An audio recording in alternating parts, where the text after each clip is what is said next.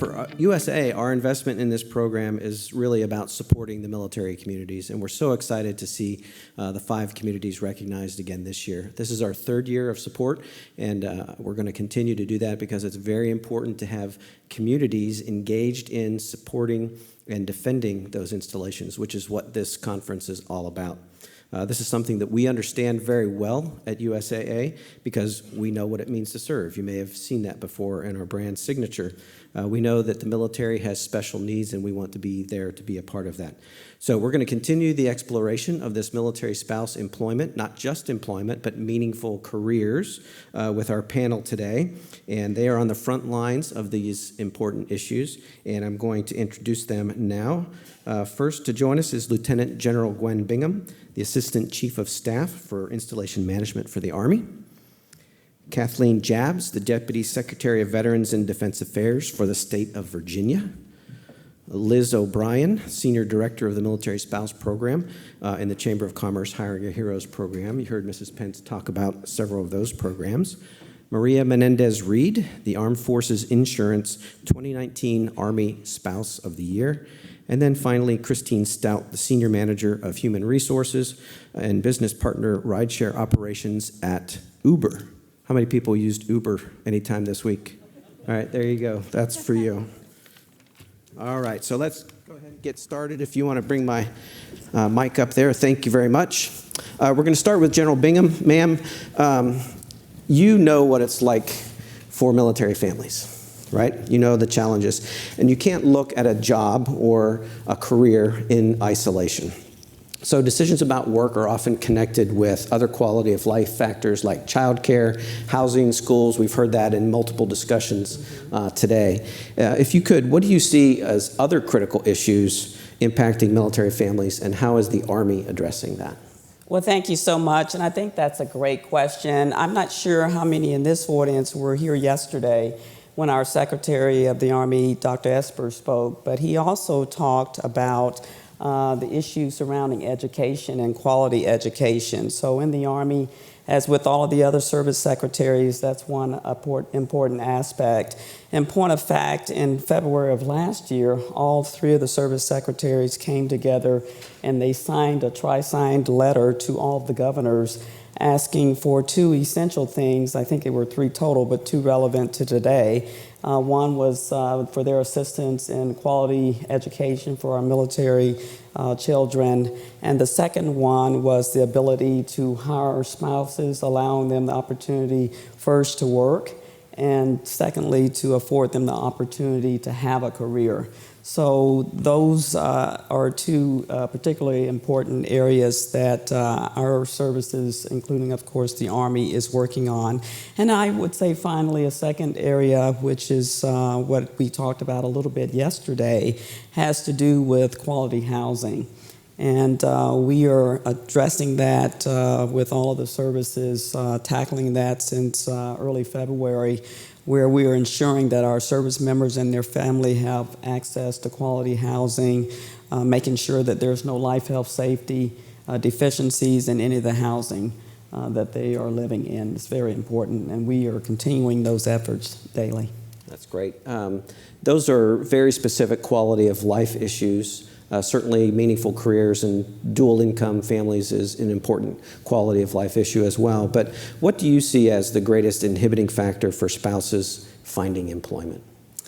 That's a great question. I think it's really essentially 2 things. One, that many employers don't have a good appreciation of just how quality work our spouses bring to the table.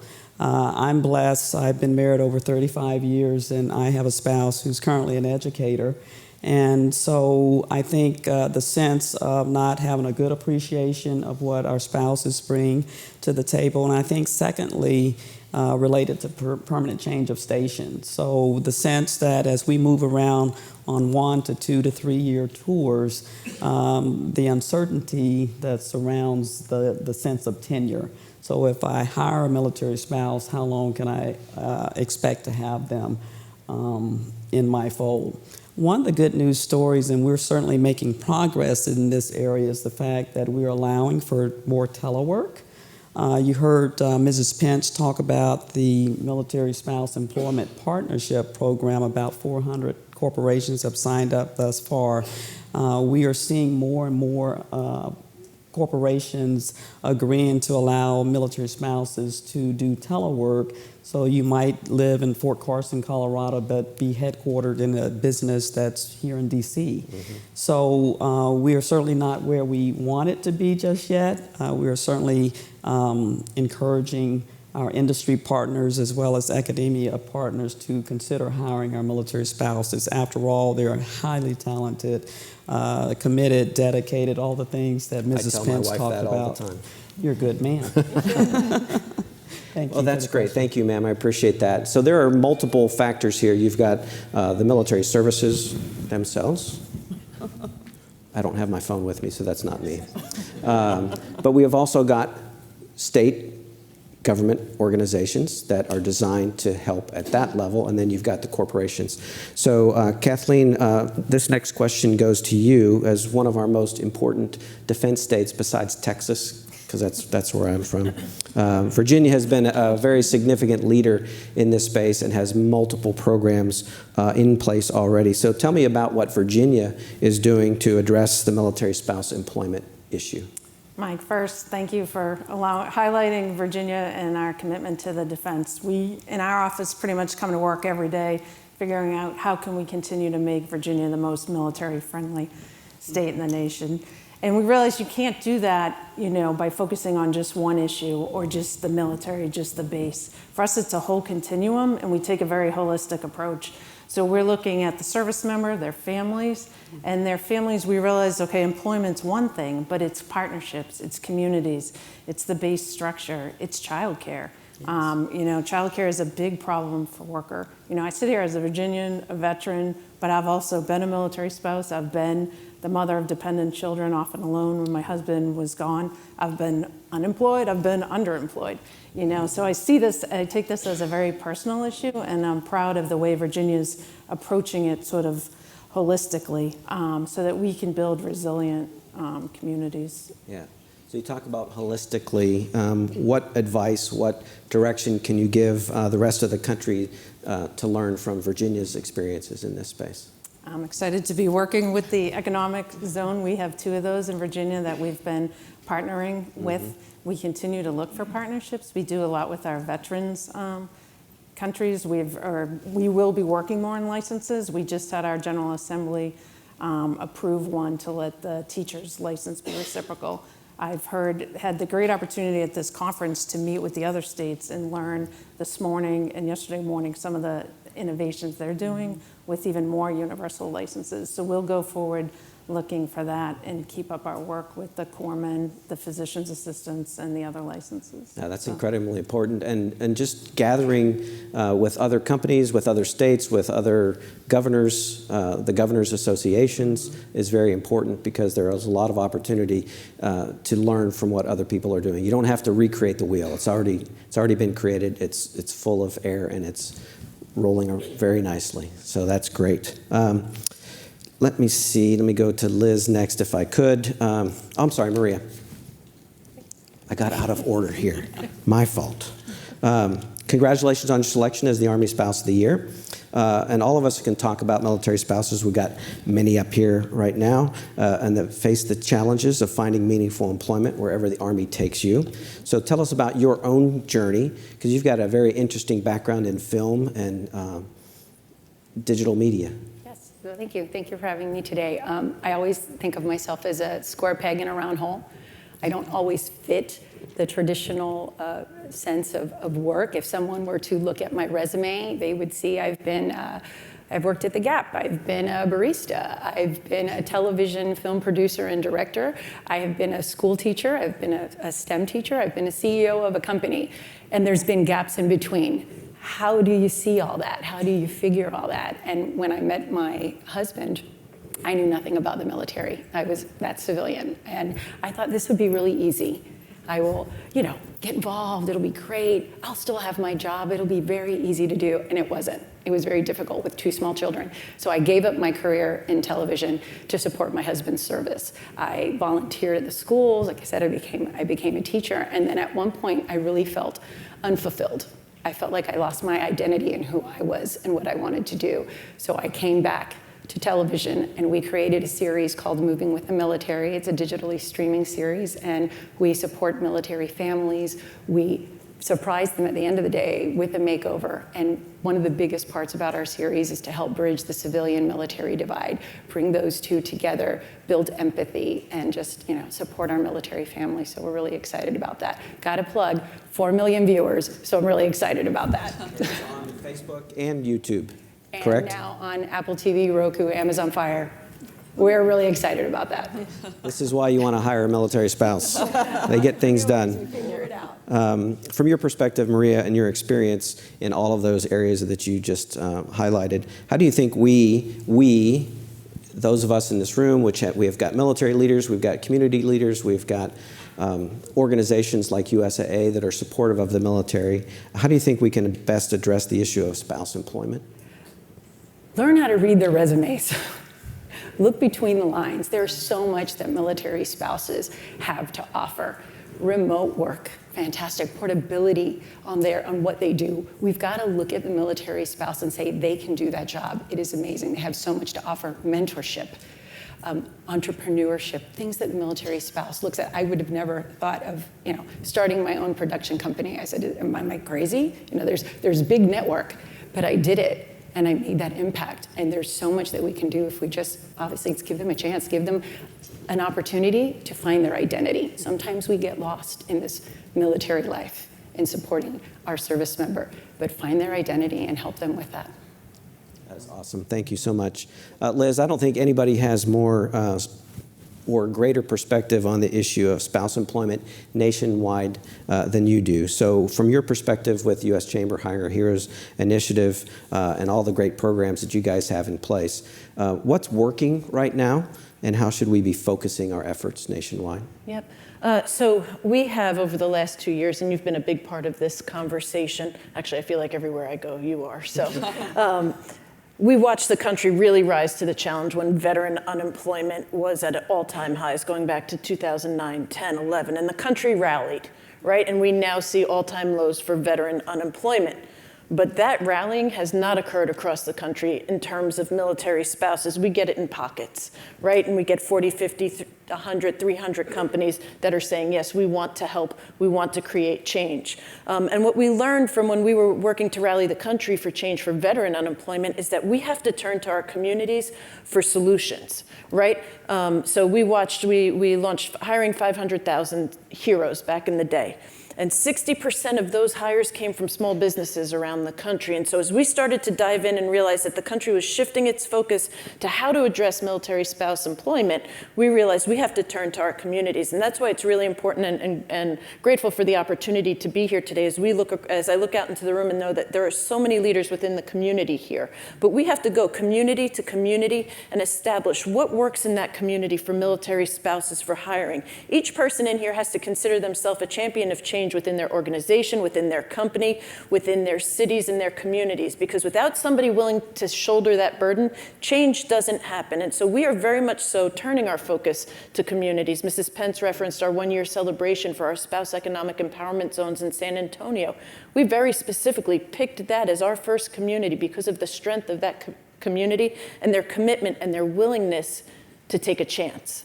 Right? And I would say a year later, we're seeing the fruits of that labor of the community coming together to identifying pillars of industry and using those pillars of industry to reach out and bring their peers in. There's no competition, right? It doesn't matter if you're a USAA and another bank shows up, Mike Kelly will spend time with you and teach you how to fish and how to hire a military spouse. There's no competition. There's only a commitment to create change across the country to impact our spouses. If you want to retain families within your communities, I'm making the decision. Are we going to stay in Washington, D.C., in Springfield, Virginia, in San Antonio?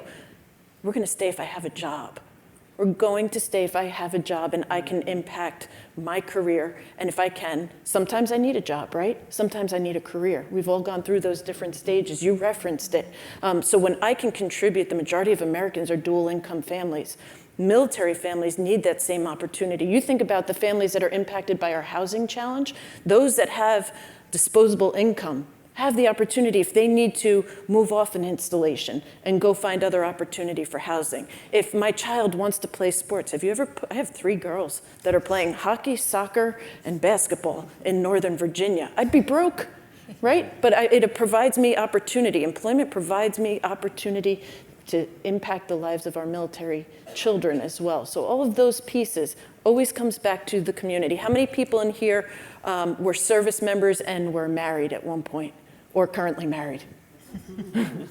Do you want to go home and look at your spouse and say, I don't want to be an agent of change? I know that my husband would never want to do that. So think about how you can impact change within your community. I like what you said earlier about each community is different. So we've recognized 5 communities for this year's Great American Defense Community Award. Clovis, New Mexico is not the same as San Antonio or Fort Hood. So San Antonio, for example, we have a more senior community, if you will, that are transitioning.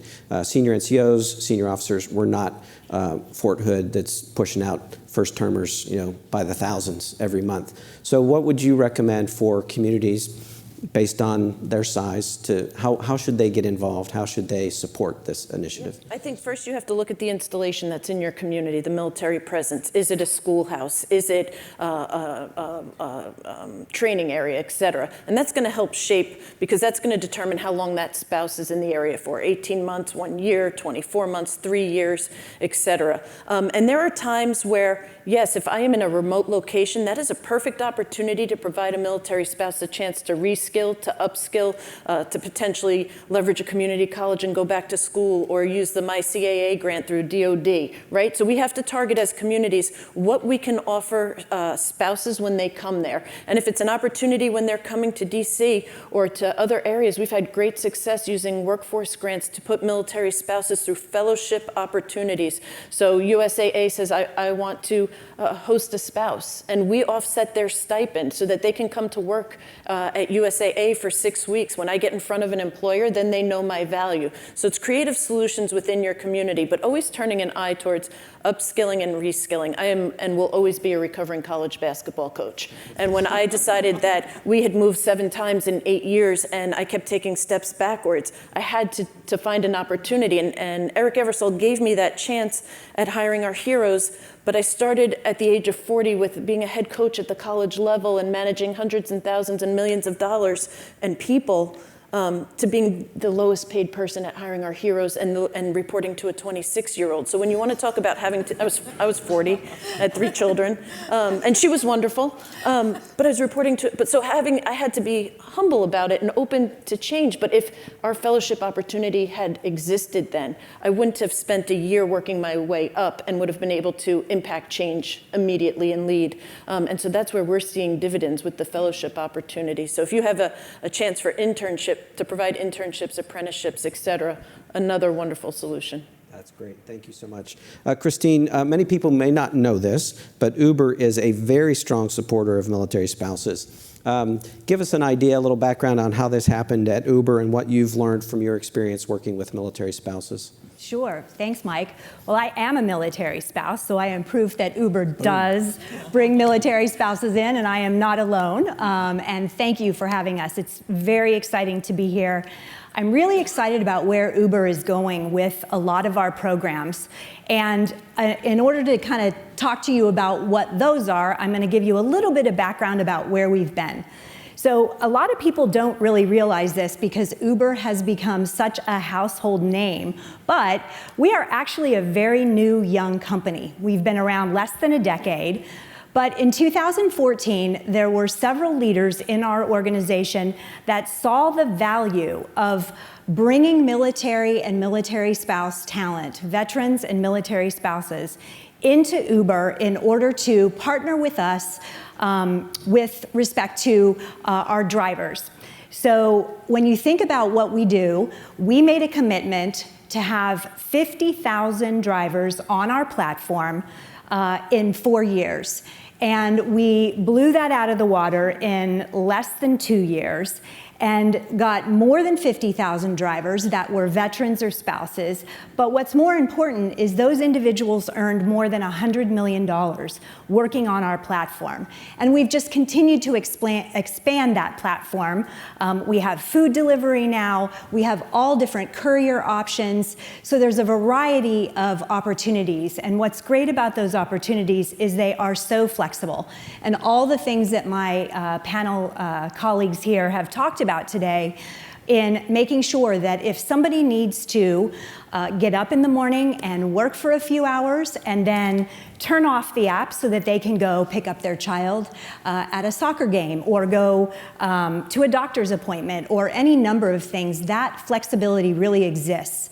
And that's consistently what drivers tell us today when I talk to them. So in 2016, we achieved our goal, and that's right about the time that I joined Uber as a military spouse. So my husband was sent to the Pentagon, so I came to Virginia as a brand new Virginian and was wondering what I was going to do and how I might make a career for myself. And Uber has proven to be an excellent opportunity for employees as well. So I'm a regular employee of Uber. I'm not a driver. I work for the Human Resource Department. And in that unique position, I have been in a position to really impact a lot of the policies that we've put in place for our employees to help make this the most flexible work environment. So we have all kinds of programs that allow ultimate flexibility, whether that's part-time work, whether that is working from home, whether that is working 4 days a week instead of 5 days a week, whatever that is, Uber has the ability to accommodate that as an employee. And so we're very excited to continue on this path that we're on and continuing to bring on more and more spouses and veterans to not only our platform, but also internally at Uber. So let me get this right. I want to make sure I got 50,000. You have 50,000 veterans and spouses who drive for Uber? We have more than that, actually, because that was our goal back in 2014, and we reached that number in just 2 years. So we've continued to add since that, and then also bringing people internally as employees at Uber. I think this would probably surprise a lot of you because many people think that Uber is for big cities, and we only operate in big cities, and that's just not the case. We actually operate in all 50 states, and in 81% of the counties out there, we have an Uber driver. So there's always an opportunity, and near many of the installations that are here in the United States. And I will also add, for those individuals that deploy overseas, I mean, we are in more than 600 cities around the world. So that offers an ultimate opportunity for somebody that comes to work with us internally or as a driver partner to continue that employment as they go overseas. Wow. I'm impressed. I didn't know that. Yeah. I'm going to share that information far and wide now. Yes, that's great. I hope everybody does. So Uber is doing great work, but from a win-win standpoint, how can companies like Uber engage with other industry partners? Have you had any success in that area? Yes, and again, we're just scratching the surface, and I'm so excited to be heading up our military programs. Our Uber military program that we put in place in 2014 is still alive and well, but as I mentioned, we've expanded it to include looking at getting more and more veterans and spouses internally at Uber. So it's really about the conversation. I have personally hosted DoD to have a conversation about how can we get fellowships and sponsorship programs and mentorships in place. We're very actively partnering with the tech community to understand what some of our tech partners that are a little farther ahead in their evolution as a company, what they're doing so that we can learn and help build our programs because we have such a great opportunity being such a new player in the space. But we are committed to this. We have several leaders inside Uber that really are making this a priority, and really the sky's the limit. One of our tenets at Uber is to do the right thing, and I loved when I heard the second lady say that, because this is about doing the right thing, and we have a lot of support. So continuing the conversations, we have offices all over the country near where many of you probably sit, and they are ready and willing to welcome you to have a conversation about locally what can we be doing for your families that are in those areas. And so we welcome that outreach, and we would be honored to partner and really get some innovative things going all over the country. That is great. Thank you so much. We have a few minutes before we break, and that wall is going to open up, and we're going to go to a reception with lots of great food from all the winning communities this year. But I do want to give each of the panelists an opportunity. If you could share one thing that you're passionate about and have learned with this audience, what would that be regarding military spouse employment or meaningful career opportunities? Ma'am, we'll start with you. Thank you. And I would say, as our secretary said yesterday, for all of you who are industry partners and have the capability to hire our spouses, it would be to do so, to please hire our spouses. They're extremely talented. Resourceful is a word that comes to mind as I hear from our panelists today. I do want to say, when it comes to the subject of licenses, that is one that we are putting some big teeth into that. We are allowed, all the services just this year have been allowed the opportunity to reimburse our spouses for licensure portability. I'm pleased to have heard just yesterday that Army Emergency Relief added $2,000 to that cap. And so Army Emergency Relief will reimburse up to $2,500 for spouses' licensures across the state upon notification of PCS. So just want to put that information out there. We're very excited to hear that word. And again, please hire our spouses. They are truly the wind beneath our wings.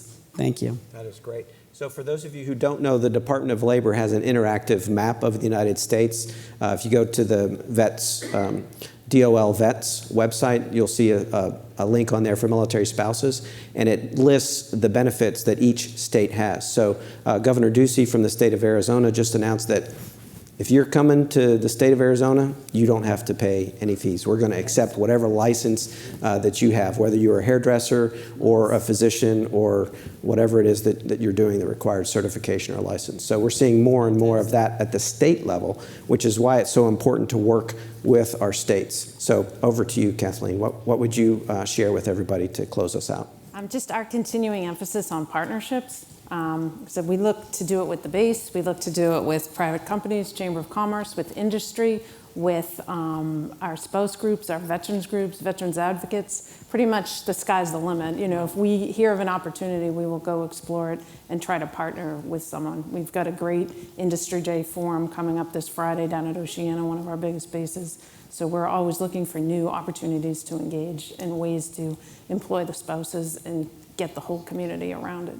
Excellent. Liz?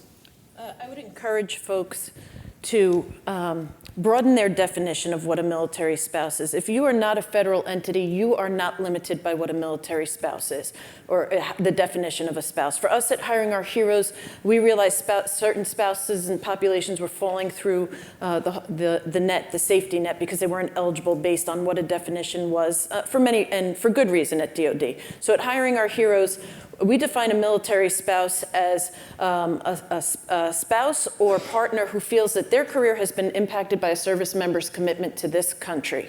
And so that allows us to take care of Guard, Reserve, Gold Star spouses, divorced spouses, folks that have separated after only 5 years. When I think about Mrs. Bonnie Amos, who served side by side with her husband, who was the 35th Commandant of the Marine Corps, and a year after separation wouldn't be eligible for employment services if she so desired. It was really the impetus for us to broaden that definition of a spouse. So broaden the definition of a spouse if you are not confined, and then, for the love of all things holy, remove barriers to employment for military spouses. If I one more time here, how do you know that if they're a spouse? Do they show you a brown card, a blue card? I mean, who is pretending to be a military spouse in this world when they are seeking employment?